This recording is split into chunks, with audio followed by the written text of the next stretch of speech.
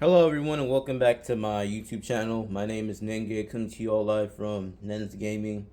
And for today's video, I'll be going over the Week 5 uh, scores from around the league in this Madden 05 franchise mode.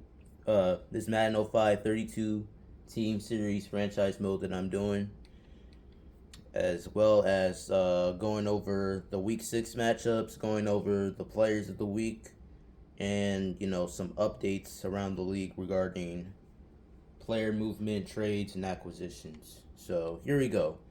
All right, start off week 5. The Falcons demolished the Lions 46-24 in Atlanta. Big passing day, career passing day for Michael Vick as he throws for 4 touchdown passes. Meanwhile, on the other side, Joey Harrington 3 touchdown passes, but he had 5 interceptions. Lions turned the ball over 6 times. His Warwick Dunn goes for 20 carries, 162 yards, a 61-yarder, and 2 touchdowns. As the Falcons demolished the Lions. Defensively for the Falcons, they had 6 takeaways, 6 sacks. Patrick Kearney led the way with 3 of the 6 sacks. So now he's up to 5. All right, in this one, the Cowboys over the Giants. Kurt Warner got knocked out on his first pass attempt of the day, so as a result of it, Eli Manning had to step in and play. Let's see how Eli did. Not too shabby, but coming off the bench. But as you see there, 393 yards, 2 touchdowns, a 67% completion percentage. But unfortunately, he had 3 interceptions. He got sacked 6 times, and he lost a fumble as well. Tony Romo in his first career game, 28 completions, 49 attempts, 372, a touchdown, but he also threw 2 picks. He got injured and had to miss a play, so that's why you see Quincy Carter with 1 pass attempt. Cowboys defense really shut down Tiki Barber. The Vikings over the Texans. Dante Culpepper leads the way with 4 passing touchdowns. In this one, the Colts dominate the Raiders. Peyton Manning with another 5 touchdown passing game. I think that's his third one of the year already. As the Colts really put it on the Raiders. Despite Rich Gannon and Jerry Porter's best effort, it wasn't enough. See there, 30 for 43, almost another 500-yard game for Peyton, and 5 touchdowns. Raiders got shut down on the ground.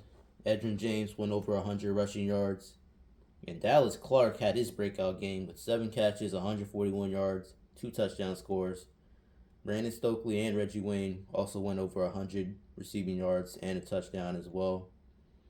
The Patriots dominate the Dolphins, and they whoop them 34-18. The score really at one point was 34-3, but then the Dolphins decided to, put up points in garbage time to make the score, try to make the score as closer as it seemed, but it was really lopsided. The Buccaneers go down to New Orleans in the Superdome, win a tightly contested game against their arch rival, the New Orleans Saints, 24-17. Really, the difference in the game was the fact that the Saints turned the ball over 3 times while the Buccaneers didn't. Bucks defense were able to shut down Deuce McAllister and keep Joe Horn in check, even though he ended up with a touchdown. But you see there, 6 catches, only 58 yards.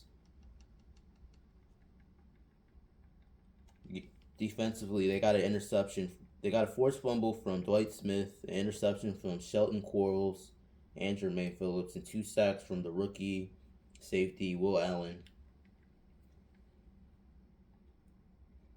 As they now improved to 2-3, while the Saints, they seem to be reeling, as they've now lost 2 in a row after their Week 3 win at St. Louis. The Steelers pummel the Browns 52-14. Score at the end of the first quarter was, all tied up at 14, but then for the rest of the game, the Steelers just took him to the woodshed and whooped them. Yeah, outscored him 38-0 the rest of the way. Steelers defense finally woke up and had a dominant outing. After the first quarter, they forced 5 takeaways. Jeff Garcia, he got knocked out. So Kelly Holcomb came off the bench and threw 3 picks. Ben Roethlisberger, back-to-back games with 400 yards passing. William Green went off, which I was, pretty mad about. But for Pittsburgh, you see that stat line for Hines Ward? 7 catches, 244 yards, 74-yard long touchdown, and 4 touchdowns in total. As he will end up being your AFC Offensive Player of the Week. Defensively, the Steelers, they were finally able to bring pressure and force takeaways. Polamalu with the sack, a forced fumble. Porter with the pick. Ike Taylor with the pick and a sack. Kendrell Bell with the sack. Chris Holmes with a sack and a pick. Shea Townsend had a pick 6. So now the Steelers, they've won 3 in a row after starting out 0-2. And now they look to catch the Ravens in the division. The Jets remain undefeated as they beat the Bills pretty handedly, 38-14.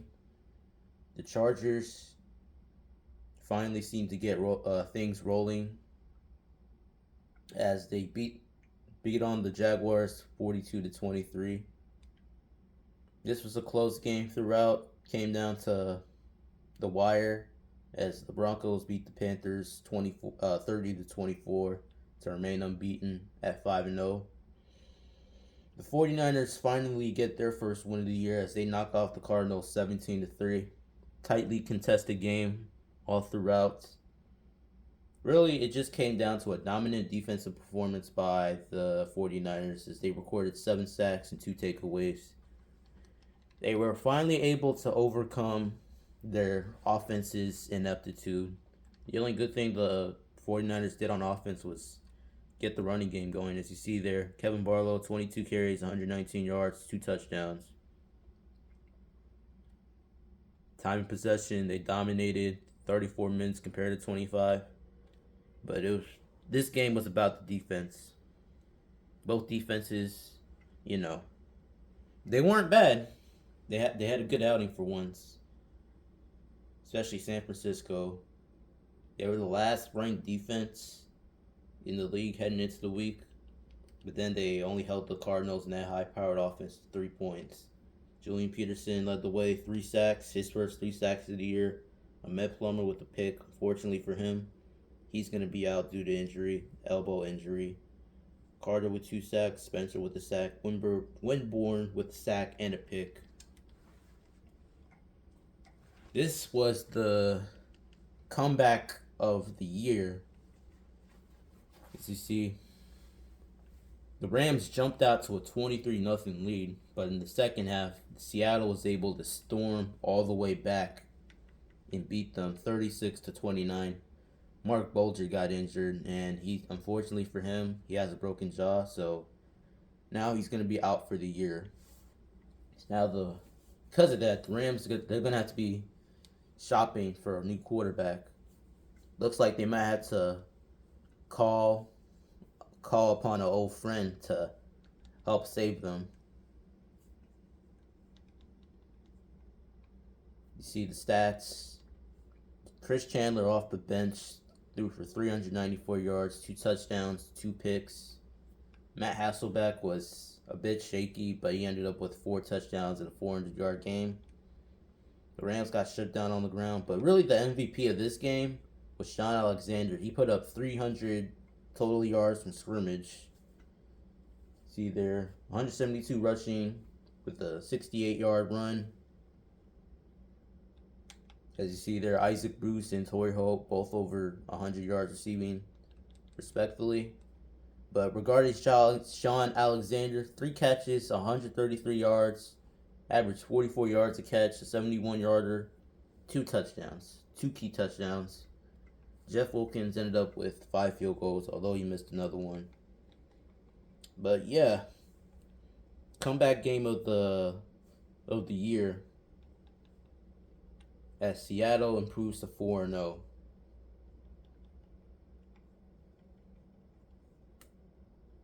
Took an impressive effort on both sides of the ball offensively to, get things going for Seattle in the second half because they looked like they were dead on several occasions. They looked cooked. All right, the Ravens, they dominate their in-state, uh, you know, contemporary Washington by a score of 41-10. Jamal Lewis goes off for 157 yards and 3 total touchdowns. The Ravens defense held the Washington offense to 3 points. Washington was only able to get a touchdown off a fumble by Cordell Stewart. But apart from that fumble, Cordell Stewart was pretty much effective. You see there, managed the game 21-28, 230 yards, 3 touchdown passes. 26 carries, 157 yards, 2 touchdowns for Jamal Lewis. Todd Heap found the end zone again and went over 100 yards receiving. Added 11 catches for 140 yards. Travis Taylor scored his first touchdown. And then Jamal Lewis got his first receiving touchdown in like a while.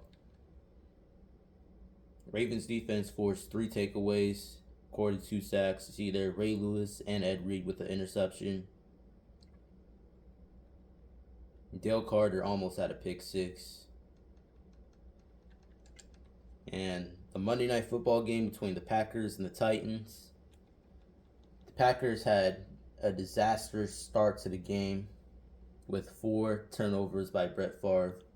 But after that, they were able to rebound in the second half due to Amon Green as he scored the only 3 touchdowns of the game in 1 quarter.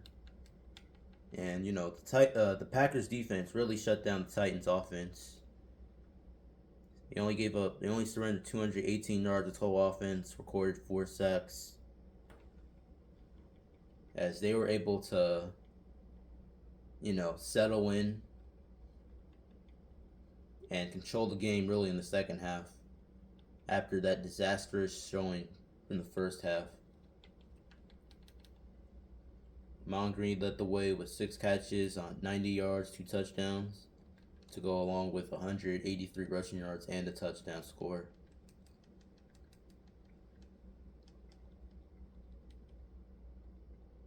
And that's it for the Week 5 games.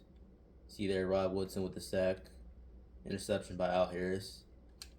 So now on to the Week 6 matchup. Well, first of all, I gotta go over the AFC and NFC offensive and defensive players of the week.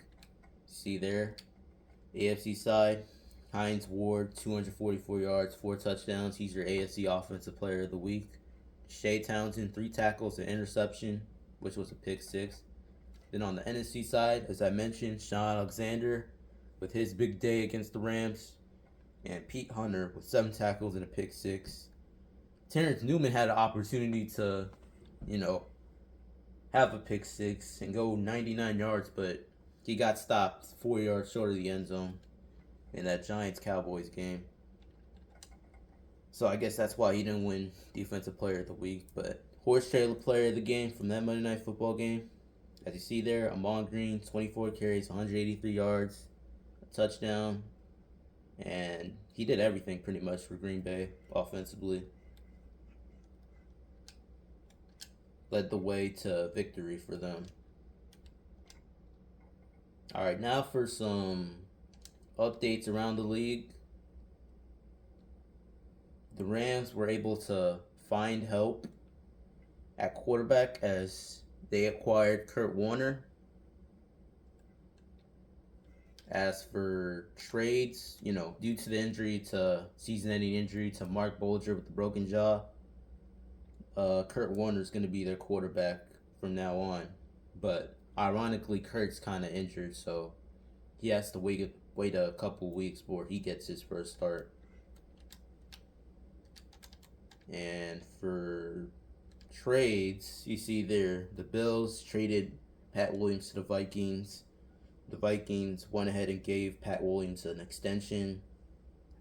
The Eagles and Jaguars pretty much swapped defensive ends, edge rushers, as they traded, you know, Eagles traded a fifth and Joe Johnson for Hugh Douglas, while the Jaguars received, the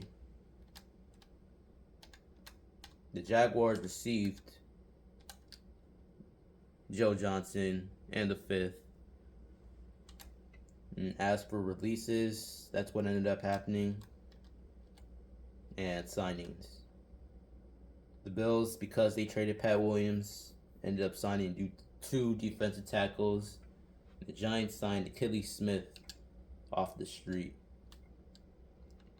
to serve as the new backup quarterback for Eli Manning.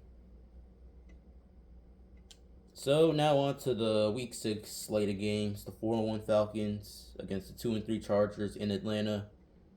This might be the early season tank bowl game of the year between the Bills and the Dolphins.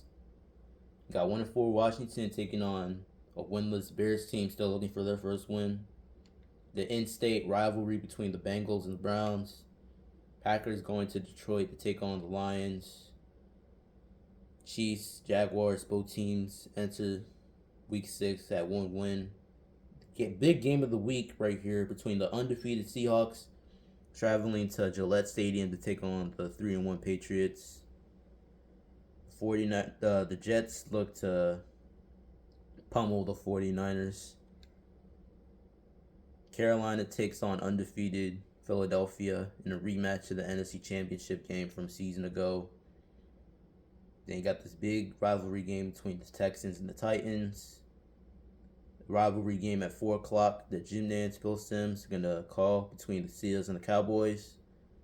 Another huge rivalry game out in Oakland. The undefeated Broncos take on the Raiders, who are now starting Kerry Collins at quarterback due to the neck injury that Rich Gannon suffered. And these are your two primetime games. 3-1 Minnesota at New Orleans, taking on the Saints in the Superdome, while the Bucks take on the Rams on Monday Night Football. So that'll do it. As always, I'll be back with some more content, especially from this Week 6 slate of games. So like the video, comment, subscribe. And as always, have a good day. Enjoy yourselves.